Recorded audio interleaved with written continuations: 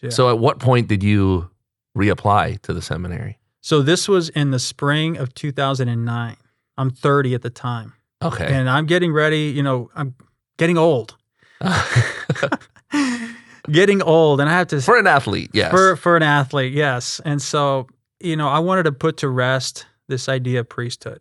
Okay. And because I said, okay, I want to get married, I want kids, and I don't want to be, I want to be still young when I'm having kids, having 4, 5, 6, whatever the Lord wanted, but I need to put the priesthood to rest. So I said, I need to apply one more time, and then I'm moving on. Because at the time, I was coaching at Jesuit, and career's taken off.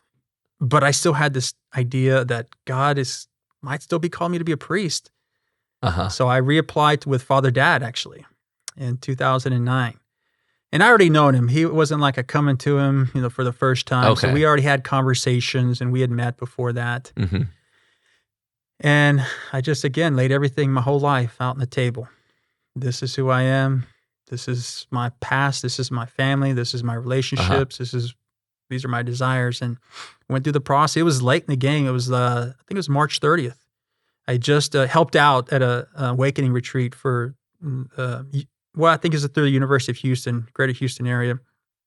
And then there was just a spark, a light in my heart that I needed to do this one more time. Did you think that, they're just going to reject me again? I did. So you went in thinking, they're going to reject me again. Let me just get this over with, and then I can go back to coaching. Yes, and then I was done. I was like, take me off the email list. Don't call me. I'm done. Like this chapter is going to be closed after you tell me no. You just wanted that closure. I just wanted that closure. And that was it. That was it. Because I was thinking marriage, I didn't want 10, 20, 30 years from now, looking back and saying, what if I had applied one more time? I just wanted to put it to rest and move forward. And so I applied, and again, I was completely honest with everything. And I was accepted on May 20th, 2009.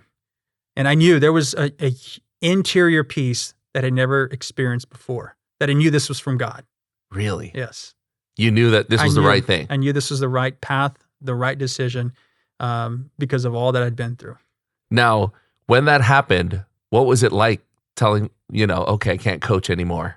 I've got to resign, all of that. Was that tough for you? Because, that was your goal, to be a football coach. Was that hard to let that go?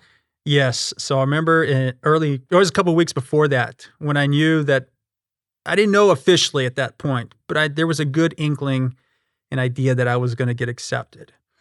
And so after the athletic banquet at St. Francis de Sales Catholic School, a Friday night, everything's done. I'm in my office and I'm crying, just bawling. This is my dream, Lord. Wow. And I never forget this conversation with the Lord. Do you love me enough? Do you love me enough, and do you trust me enough to let go?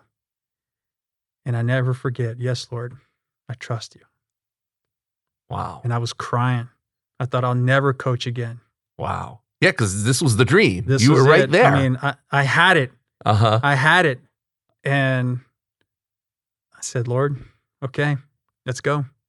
But it was hard. I had come to this understanding more about marriage, family, human sexuality, the theology of the body, and giving up a wife, the sacrifice of giving up a wife and kids, and all that made sense to me. Like I could, not that it made it easy, but I could understand it better. But it was leaving the coaching that was difficult. That was the harder part. That was the harder part for me. Wow. Yeah. So when you entered the seminary, did you say, this is it? I know for sure I'm going to make it all the way? Or were you still like, I could still go back to being a coach if this doesn't work out? There were a few moments like that, but for the most part, this was it. Unless the vocation director or the formator said, no, Preston, we definitely don't think you're called to be a priest. But in my mind and heart, I knew this was it.